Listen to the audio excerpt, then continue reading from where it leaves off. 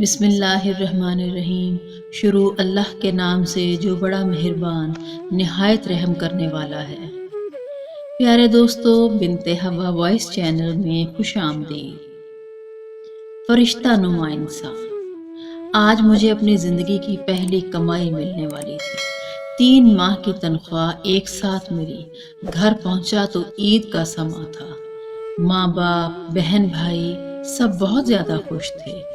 میں نے ساری تنخواہ والدہ کے ہاتھ پر رکھ دی۔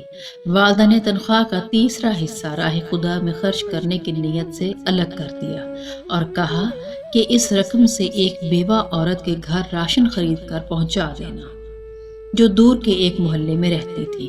میں اسی وقت گیا اور راشن خرید کر لے آیا۔ گھر میں میرے لیے پرتکلف کھانوں کا انتظام کیا گیا تھا۔ بہن بھائیوں کے ساتھ مزے سے کھانا کھایا اور سفر کی تھکاوٹ دور کرنے کی غرض سے رضائی میں گھس گیا۔ آنکھیں نیند سے بوجھل ہو رہی تھی کہ اچانک اس بیوہ عورت اور اس کے یتیم بچوں کا خیال آیا۔ ارادہ کیا کہ ابھی جاؤں اور سامان پہنچا دوں، لیکن طبیعت میں سستی تھی۔ سوچا کل پہنچا دوں گا، لیکن پھر خیال آیا کہ میں تو پرتکلف کھانے کا مزہ لے چکا ہوں، وہ بچے کہیں بھوکے نہ ہوں۔ اسی وقت بستر سے نکلا، ایک چادر اوڑھی، تھیلا کندھے پر رکھا اور اس بیوہ عورت کے گھر کی طرف چل پڑا۔ شدید سردی تھی اور دھند بھی زیادہ تھی اور بھاری تھیلا اٹھانے میں مجھے کافی مشکل ہو رہی تھی۔ دور کے محلے میں اس بیوہ عورت کا گھر تھا۔ اس کا شوہر مزدوری کرتا تھا اور اس کے 4 بچے تھے۔ ایک ناگہاں حادثے میں اس کے شوہر کی موت ہو گئی اور اب اس کے یتیم بچوں کے سر پر دست شفقت رکھنے والا کوئی نہ تھا۔ قسمت بھی بہت ظالم ہوتی ہے، کبھی ایسے لوگوں کو لپیٹ میں لے لیتی ہے جن کا خدا کے سوا کوئی نہیں ہوتا۔ خیالات کا ایک سمندر لیے میں اس بیوہ عورت کے گھر پہنچا۔ گھر کیا تھا؟ ایک خرابہ تھا۔ ایک کمرہ، ایک چھوٹا سا صحن، ایک پرانی سی 4 دیواری تھی۔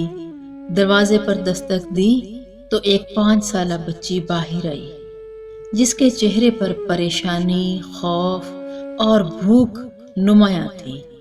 میں اس کے چہرے کو دیکھے جا رہا تھا اور دل ہی دل میں دعا کر رہا تھا کہ خدا کسی بچے پر ایسا وقت نہ لائے۔ اس بچی نے ایک پرانا سا جوڑا پہنا ہوا تھا اور اس شدید سردی میں ایک پھٹی پرانی جرسی پہنی ہوئی تھی۔ پاؤں بھی ننگے تھے، وہ بھی اس سردی میں کہ پیروں کو جما کر رکھتے۔ میں نے کچھ کہے بغیر راشن والا تھیلا زمین پر رکھا۔ تھیلے کو دیکھتے ہی وہ بولی، کیا اس میں کھانے کا سامان ہے؟ یہ سننا تھا کہ میں حیران رہ گیا۔ ایک بار پھر اس نے یہی سوال دہرایا۔ میں نے ہاں کے انداز میں سر کو ہلا دیا۔ وہ بچی خوشی کے مارے چیختی چلاتی ماں کی طرف بھاگی اور یہ کہے جا رہی تھی، امی فرشتہ آ گیا، امی فرشتہ آ گیا۔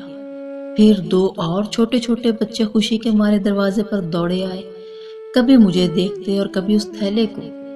میری آنکھوں میں آنسو آ گئے، ہونٹ کپ کپا رہے تھے اور جسم پر ایک سرد لہر سی دوڑ رہی تھی۔ خدایا، یہ کیا ماجرا ہے؟ کیوں یہ فرشتے مجھ گنہگار کو فرشتہ سمجھ بیٹھے ہیں؟ انہی سوچوں میں گم تھا کہ ایک خاتون جو ان کی ماں تھی وہ دروازے پر آئی اور دھیمی آواز میں کہنے لگی، میرے بچے 2 دن سے بھوکے تھے۔ غیرت گوارا نہیں کر رہی تھی کہ کسی کے آگے ہاتھ پھیلاؤں۔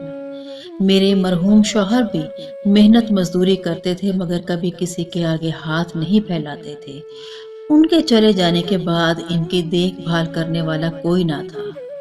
رشتہ داروں نے بھی ہاتھ کھینچ لیے ہیں اور محلے والے بھی مدد نہیں کرتے، مگر کبھی کبھی آپ جیسے لوگ مدد کر جاتے ہیں۔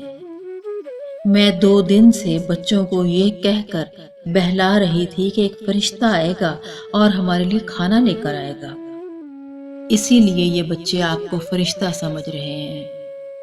اس عورت نے خدا کے حضور شکرانے کے چند کلمات ادا کیے، مجھے ڈھیر ساری دعائیں دی اور میرا شکریہ ادا کیا۔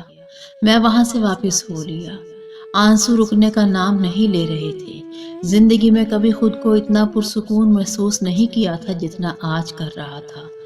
اندازہ لگایا کہ ایک بے بس انسان کی مدد کرنے سے جو روحانی سکون ملتا ہے وہ کسی اور کام میں نہیں۔